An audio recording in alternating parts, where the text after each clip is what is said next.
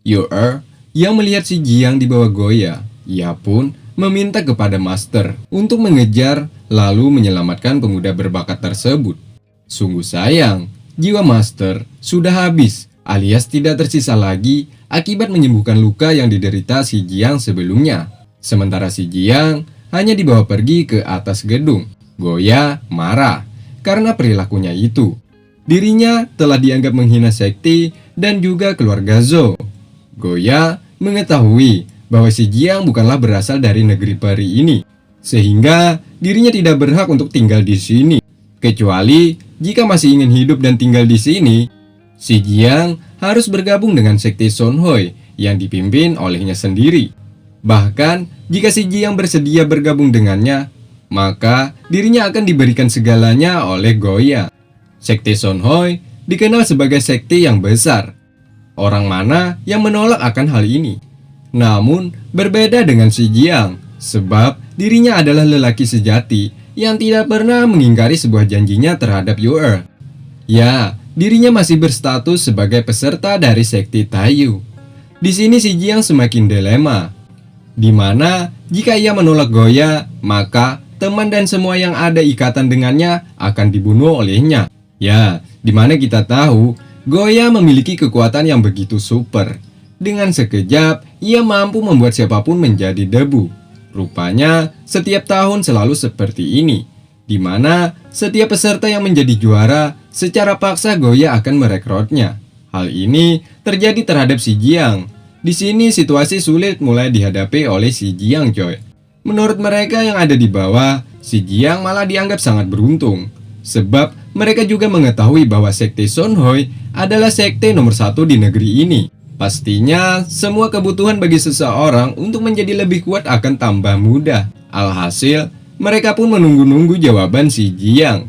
Apakah dia menerima atau menolak? Terlihat pemuda penjual obat sangat mengagungkan kebesaran sekte Songhoi. Hal itu tentunya membuat Yu-er tambah geram mendengarnya. Sebab ia yakin si Jiang tidak akan pernah mau bergabung dengan sekte tersebut.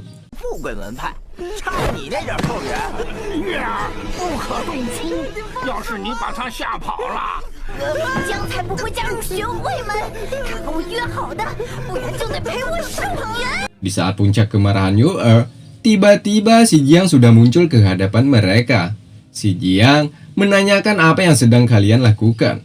Hal itu membuat Yu-er terkejut. Ia pun spontan marah kepadanya. Sebab Yu-er melihat dari raut wajahnya, si Jiang telah menerima tawaran Goya.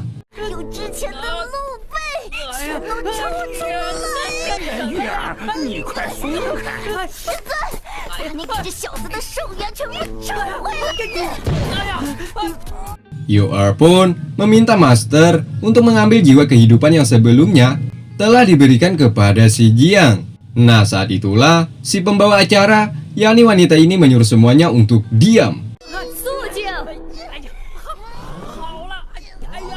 Sebab ketua sekte Songhoi sebentar lagi akan mengumumkan pemenang ujian tahun ini.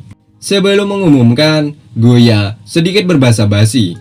Ya, dirinya mengakui bahwa setiap tahun ujian diselenggarakan, dirinya akan selalu merekrut pemuda berbakat. Seperti tahun ini, Goya berkeinginan untuk menjadikan si Jiang sebagai murid di sektinya.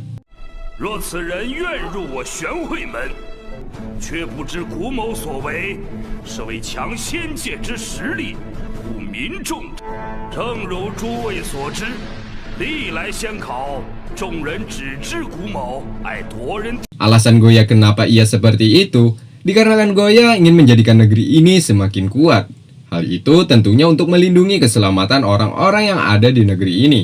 Ya, akhirnya kita akan melihat Goya dengan kesadarannya. Ternyata kejadian tadi hanyalah menggertak si Jiang saja, coy. Sebab semua ini demi kebaikan negeri ini. Jika menerima, ya syukur. Jika menolak, dirinya tidak akan bertindak berlebihan seperti yang kita lihat sebelumnya. Pada akhirnya, si Jiang menolak dan ia berhak menjadi juara ujian ini.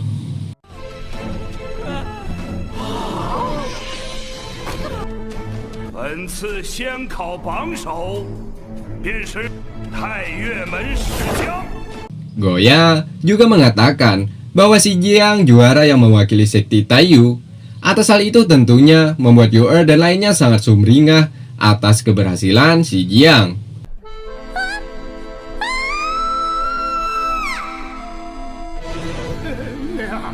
瞧瞧你坐在什么地方，快下来！怎么回事？ Dengan hal ini, sekti Taiyu martabatnya telah melambung tinggi.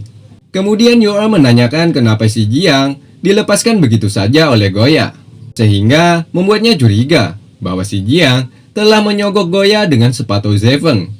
Di sela-sela pertanyaan itu, Goya mengatakan lagi bahwa negeri ini telah mengakui desa Feiying atas keberadaannya, di mana sebelumnya desa tersebut hanyalah dikenal sebagai desa sampah. Karena sepanjang sejarah tidak ada satu orang pun yang pernah ikut serta dalam ujian peri. Namun, hari ini mereka berempat telah membuktikannya. Kemudian, Goya juga memberikan kesempatan bagi para peserta lainnya.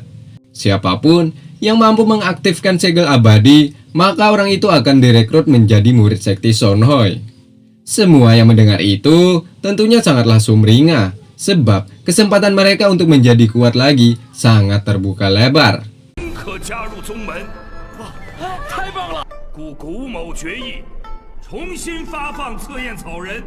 Kemudian, sebelum melanjutkan misinya untuk mencari bakat-bakat muda, Goya akan memberikan sebuah penghargaan kepada seorang pemuda yang tak kenal lelah untuk menggapai cita-cita. Ya, orang itu jatuh kepada Zhongshan.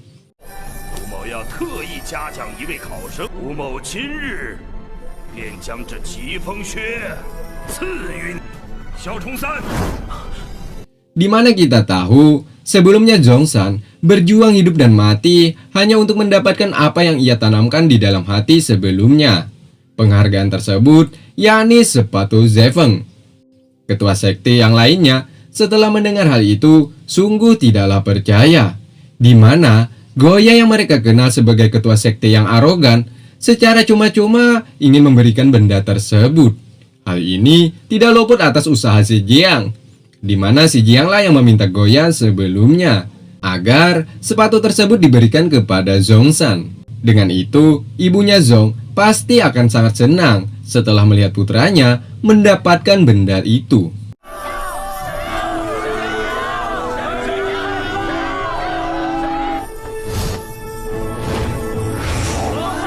会门没传言中那般势大压人呐。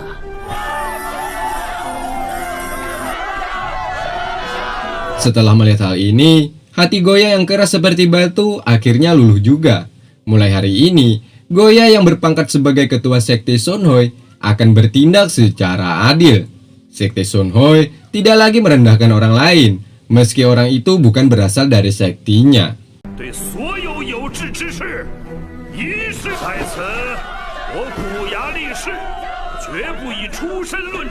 Kita flashback dulu beberapa menit sebelum kejadian tadi, di mana si Jiang sebelumnya telah menolak ajakan Goya agar bisa bergabung dengan sektinya. Sebab si Jiang datang ke sini bukan untuk menjadi juara, lalu mendapatkan benda yang dipertaruhkan. Kedatangannya hanya untuk menemani Zhongshan untuk meraih cita-citanya. Selain itu, si Jiang juga mengatakan bahwa alasan terbesar ikut serta dalam ujian ini agar dirinya setelah menjadi juara bisa bertemu dengan Gong Sunmu. Di sini keluar kata-kata si Jiang bahwa ia berteman baik dengan Gong Sunmu. Mendengar itu, Goya menertawakan ucapan si Jiang. Mana mungkin Gong Sunmu teman baik dengannya. Sedangkan si Jiang harus bekerja keras untuk menjadi juara ujian peri. Kenapa tidak menemui secara langsung? Ya, kata tersebutlah yang dilontarkan oleh Goya.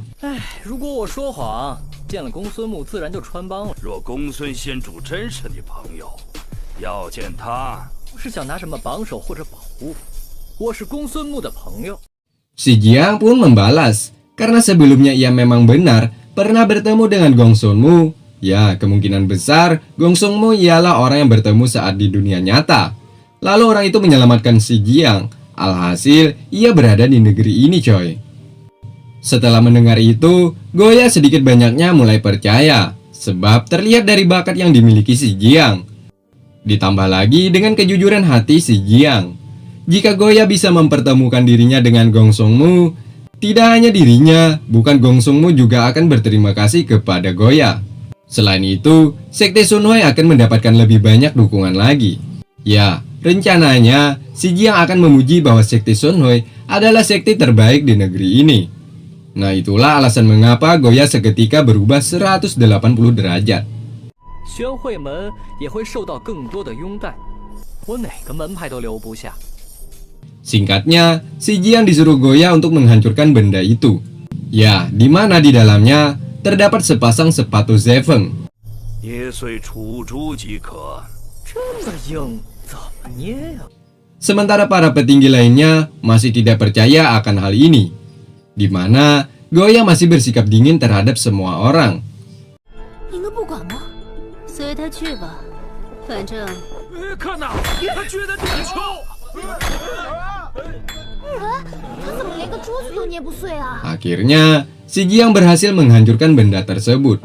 Seketika sepatu Zefeng pun keluar, diiringi hiasan cahayanya, menandakan auranya begitu kuat. Nah, kemudian si Jiang ingin memasangkan sepatu tersebut ke kaki Zhongshan. 就这样穿哪儿脏了？我怎么没看见？来，总裁，我给你穿上。 Tiba-tiba, Zio datang untuk menghentikan. 谁呀？下叫唤啥？ 住手！不许穿！ Ya, Ziyu yang berasal dari sekte Yuling tidak terima akan hal ini. Mendengar itu, Goya angkat bicara bahwa dirinya secara pribadi telah memberikan sepatu tersebut kepada pemuda yang berasal dari desa Feiyeng. Selain itu, ada juga Lucy, yakni ketua sekte Yuling. Dirinya masih tidak terima jika sepatu tersebut dipakai oleh pemuda sampah seperti mereka. Namun, berkat keberanian si Jiang, bahwa sepatu tersebut sudah sah menjadi milik mereka, dan sepatu ini bahkan tidak layak lagi jika jatuh kepada sekte Yuling. 是废印村所有人的归属和尊严。疾风穴是大家拼死夺下的宝物，是我们的荣誉。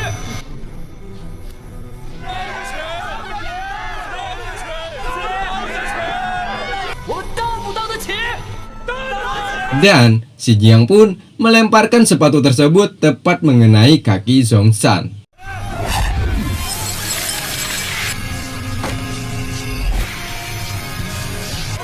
肯定是符啊！入宝产业门，怕是丰富机会。 Nah, di sela-sela kemeriahan, suasana berubah menjadi hitam, lalu mengeluarkan sebuah cahaya. Cahaya ini menandakan akan kehadiran Gong Sun Mu. Seketika, semua orang pun berlutut, begitupun dengan ketua-ketua sekte. Hanya si Jianglah yang masih terlihat biasa-biasa saja. 怎么又跪了？ Ya, benar. Yang dimaksud Gong Sun Mu ialah orang yang bertemu dengan si Jiang saat di dunia nyata sebelumnya. Ya, saat ini Gong Sun Mu berada di dunia nyata yang jaraknya ribuan mil dari negeri ini, coy. Tiba-tiba, Gong Sun Mu setelah memasukkan benda ke jidatnya, ia pun berubah menjadi wanita cantik nan imut. Di sini, Gong Sun Mu mengatakan bahwa ia pergi ke dunia nyata tujuannya untuk mencari seorang kultivator terkuat alias Lord Guanglin.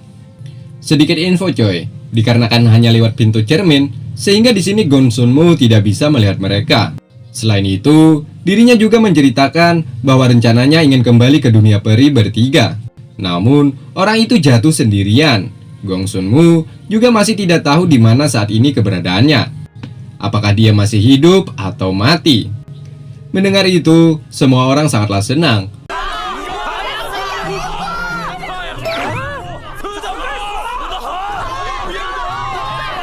Selain itu, coy, ada juga merasa sedih. Rupanya, Lord Guangling sejenis kolor hijau, coy, di mana dirinya telah banyak menghamili wanita-wanita yang ada di negeri ini. Namun di balik itu semua, Lord Guangling juga sangat berjasa mendirikan negeri ini. Selain itu, Lord Guangling juga memiliki sifat yang ingin menang sendiri. 他给你们一个名分。妈呀！广陵君为仙界所做的贡献，图我仙界多少人敌？诸位，切勿以平行。广陵仙歌虽行事不简， Sekali lagi, mereka sangatlah senang atas kabar matinya Lord Guangling.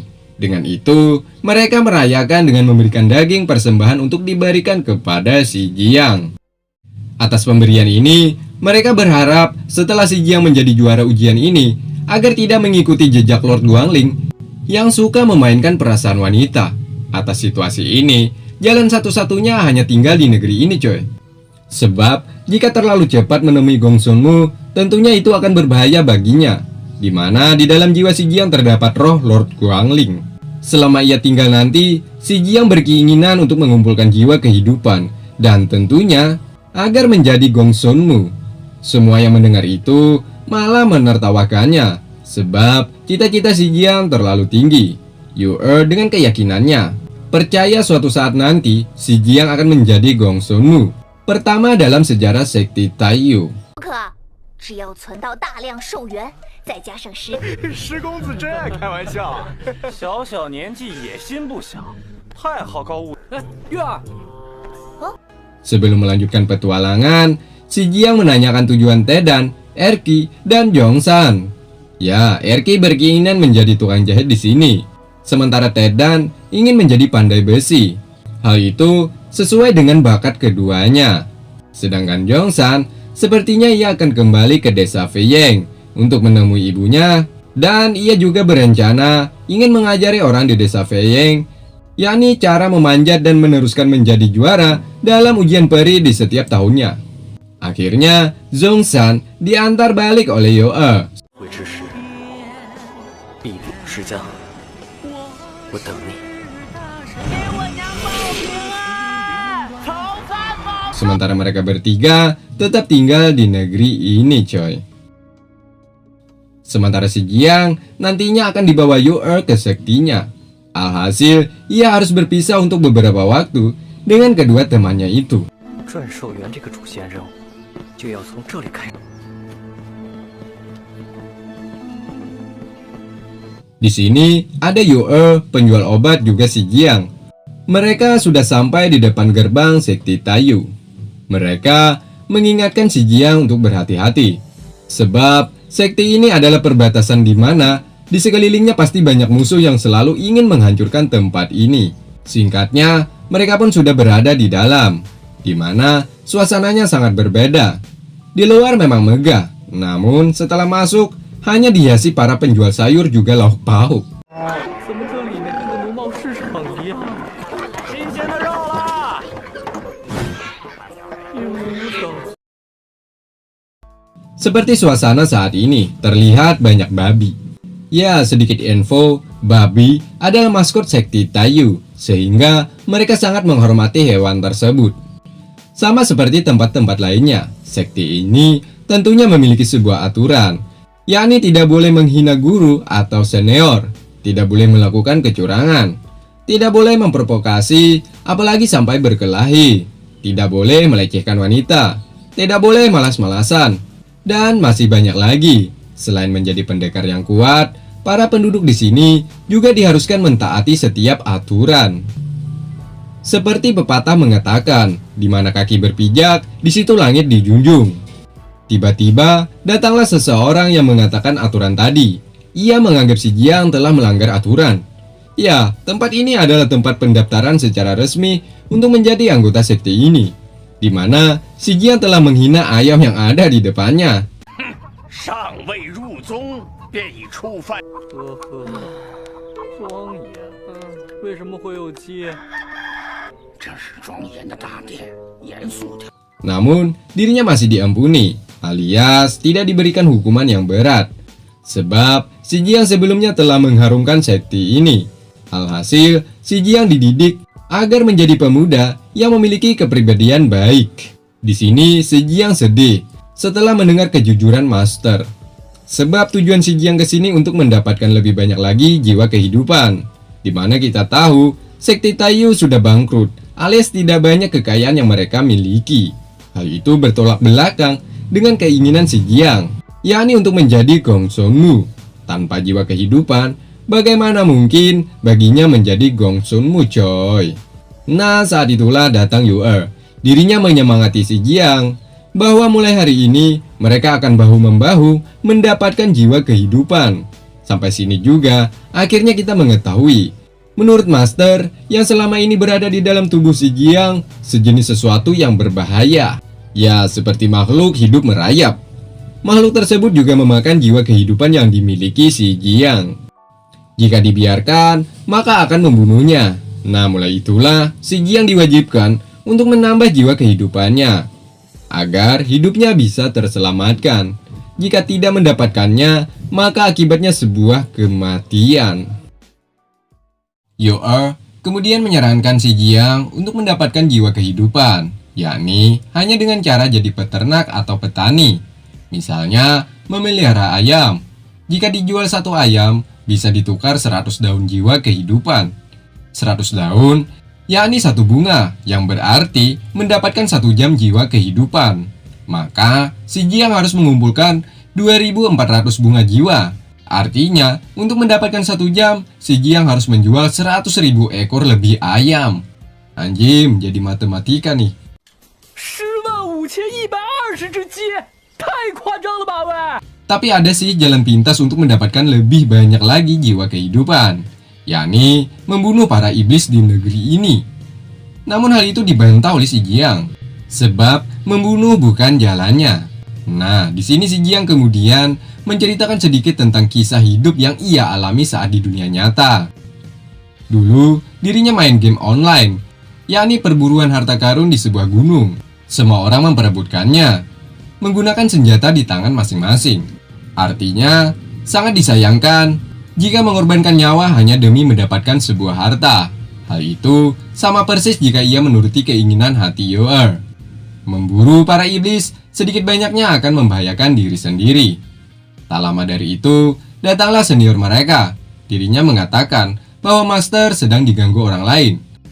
Saat ini, Yu-er disuruh seniornya untuk pergi ke lembah pengobatan abadi, sebab orang-orang dari pengobatan ada di sana. Ya, singkat cerita, mereka datang ke tempat ini, menyaksikan BBQ, si penjaga lembah pengobatan ini. Sepertinya, Bibi sangat marah, sebab orang itu ingin masuk tanpa izin dari tempat ini.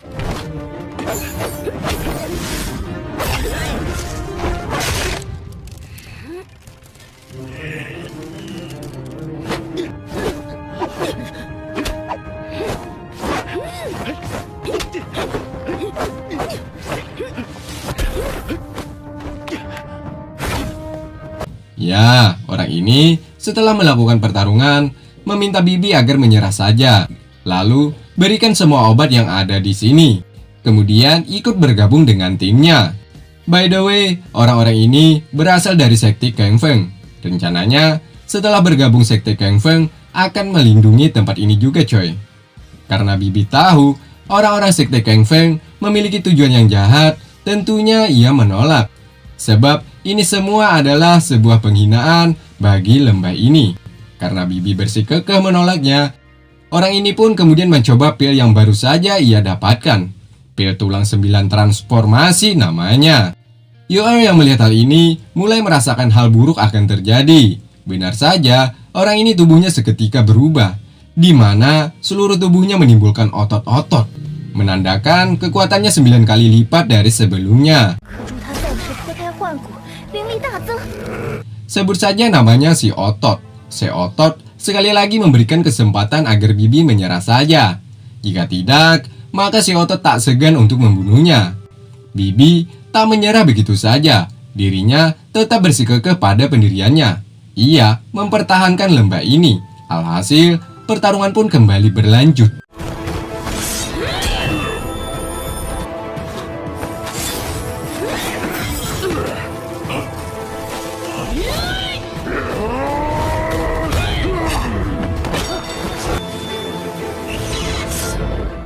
Terlihat di sudut lain, Master sudah tak berkutik lagi. Dirinya terbantai. Sepertinya Master merasa sedih. Akibat sebelumnya, dirinya telah dihina oleh keluarga Zhou juga sekte Kang Feng karena tidak kompeten terhadap sekte Taiyu. Ya, sampai saat ini sekte Taiyu mulai mengalami anjlok di bidang ekonomi. Sementara BBQ tak bisa lagi menahan kekuatan si otot. Dirinya harus jatuh dan kalah.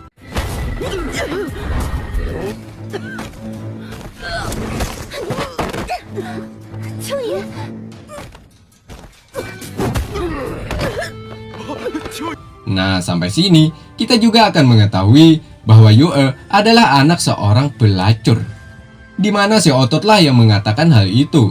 Ditambah lagi, si Otot juga membandingkan dengan kekuatan Jiu, di mana Yue adalah wanita yang lemah.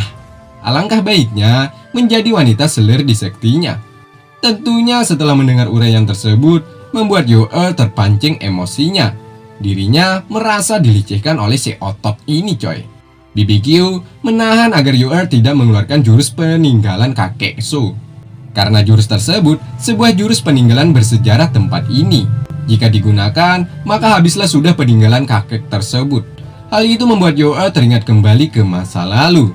Kakek Su juga pernah meramalkan bahwa suatu hari nanti akan datang seorang pemuda yang menyelamatkan sekti juga Yue. Sepertinya pemuda tersebut ialah si Jiang. Namun, hanya dengan inilah agar Yue mampu mengusir si Otot dari sekti Taiyu. Alhasil ia pun sudah bersiap mengeluarkan jurus pamungkasnya. Nah, tiba-tiba datanglah si Jiang dengan bantuan segerombolan babi yang menghantam ke tubuh si Otot.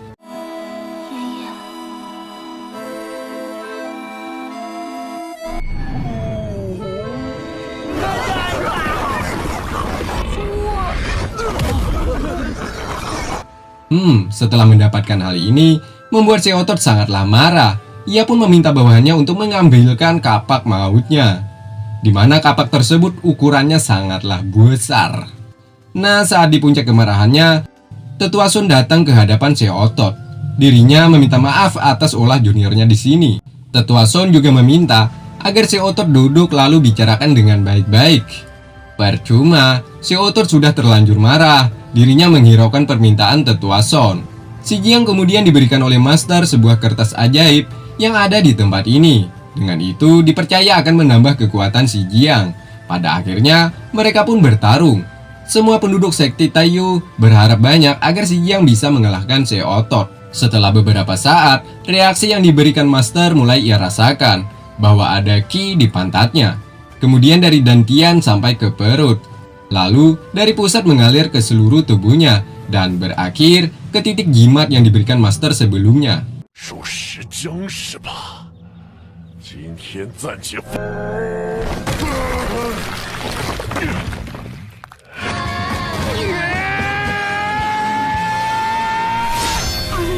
Si Otot mulai merasakan aura yang dikeluarkan oleh si Jiang.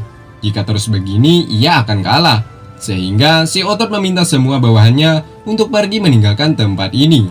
Sebelum pergi, si Otot bersumpah dirinya akan membuat sekti Taiyu dalam krisis keuangan dengan dilarangnya menjual pil ke pasar-pasar. Malam harinya, bukan mendapatkan apresiasi setelah mengalahkan si Otot, si Jiang malah dianggap telah melanggar aturan sekti ini. Ya, karena olah si Jiang sebelumnya, pil yang dibuat oleh sekti ini tidak akan bisa lagi dijual ke pasar. Alhasil, si Jiang harus dihukum. Sesaat mau membawa, datanglah BBQ untuk melerai kejadian ini. Ya, Bibi menyuruh mereka untuk tidak menghukum si Jiang, sebab jalan yang dipilihnya adalah jalan yang benar. Meski Tetua Sun sangat khawatir akan jatuh miskin, karena tidak bisa lagi menjual pil ke pasar. Namun di balik ini semua, si Jiang berjanji berikan semua pil kepadanya, maka ia akan memberikan jiwa kehidupan untuk sekti ini. Akhirnya, mereka pun bertaruh. Jika si Jiang gagal mendapatkan pil, maka akan diusir dari tempat ini. Namun jika berhasil, si Jiang akan mencukur alis Tetua Sun. Ya, pil itu terletak di sebuah lembah yang dikenal memiliki kekuatan astral. Akhirnya, Yue pun mengajak si Jiang untuk mencari pil tersebut ke lembah abadi. Lembah ini dibagi menjadi 4 wilayah. Ada dataran, pegunungan, lembah, dan kolam. Di sini semakin jauh melangkah, maka akan semakin besar khasiat pil itu, coy. Ya, sebelumnya kakek So hanya bisa sampai lembah, artinya tidak ada seorang pun yang lebih jauh dari itu. Jadi menarik, si Jiang akan sampai mana menelusuri tempat ini. Si Jiang kemudian mengajak Yue untuk berpetualang ke sumber terdalam tempat ini. Artinya, si Jiang berencana mencari pil terbaik di lembah ini. Namun Yu Er sedikit ragu. Tentunya tempat tersebut dijaga oleh makhluk roh. Sangat mustahil bagi mereka berdua untuk mendapatkannya. Singkatnya, si Jiang menemukan ramuan peri yang dikatakan Yu Er sebelumnya. Ramuan tersebut langsung layu saat disentuh olehnya. Sebab jika tidak memiliki ranah jiwa Zuleng, ramuan tersebut akan langsung mati. Hal itu seperti yang dirasakan oleh si Jiang saat ini. Tiba-tiba datanglah BBQ ke hadapan mereka. Bibi mengatakan, meski kekuatan ranahnya tak setinggi itu, ada satu cara agar si Jiang mampu menjinakkan ramuan yang ada di tempat ini, yakni dengan memiliki cincin aura. Ya, Bibi memberikan cincin tersebut kepada si Jiang agar bisa melakukannya. Malam harinya, mereka kembali ke aula. Di sini, Bibi menyuruh senior si Jiang untuk mengambilkan segerobak ramuan peri. Di hadapan Bibi, semuanya terlihat baik-baik saja. Namun setelah Bibi pergi, sifat asli para seniornya pun ketahuan.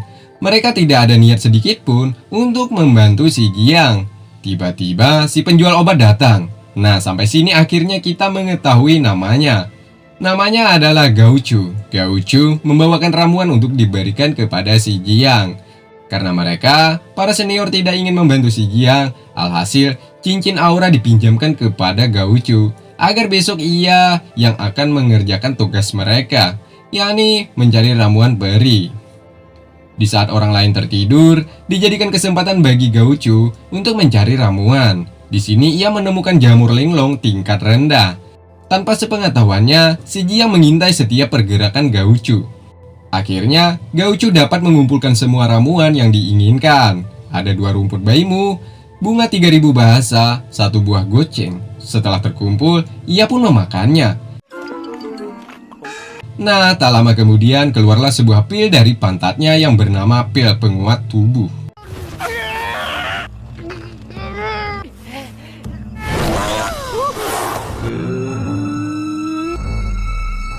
Sampai sini juga kita akan mengetahui ternyata Gao Chu adalah BBQ, di mana dengan pil ia buat mampu merubah wajahnya alias transformasi. 我终于练成变身丹，成了，成了！是谁？ Singkatnya, mereka pun makan-makan bersama. Di sini Gao Chu meminta si Jiang untuk merahasiakan apa yang sebenarnya terjadi. Dengan hal ini mereka akan menjual pil dengan harga tinggi. Tentunya dengan cara saling membantu. Ya, hanya dengan menjadi Gao Chu lah agar bisa bekerja sama dengan si Jiang. Jika ia menjadi bibi, itu akan terlihat tidak wajar. Akhirnya mereka pun deal. Di mana kelak si Jiang berjanji akan memberikan tungku alkimia untuk pemurnian Gao Chu. Di mana selama ini Gao Chu hanya menggunakan teknik kono, yakni mengeluarkan pil melalui lubang anus. Sementara siang harinya, Yu Er marah setelah melihat si Jiang duduk memancing. Seharusnya ia mencari obat. Jika seperti ini, maka Yu Er akan menikah dengan seseorang yang tidak ia cintai. Ya, ini salah satu taruhan antara si Jiang dengan tetua Son juga, coy. Sementara di sekte Youling, ada si Otot melaporkan kepada ketuanya. Sawian memerintahkan si Otot untuk kembali ke lembah pengobatan. Tentunya untuk memantau perkembangan di sana.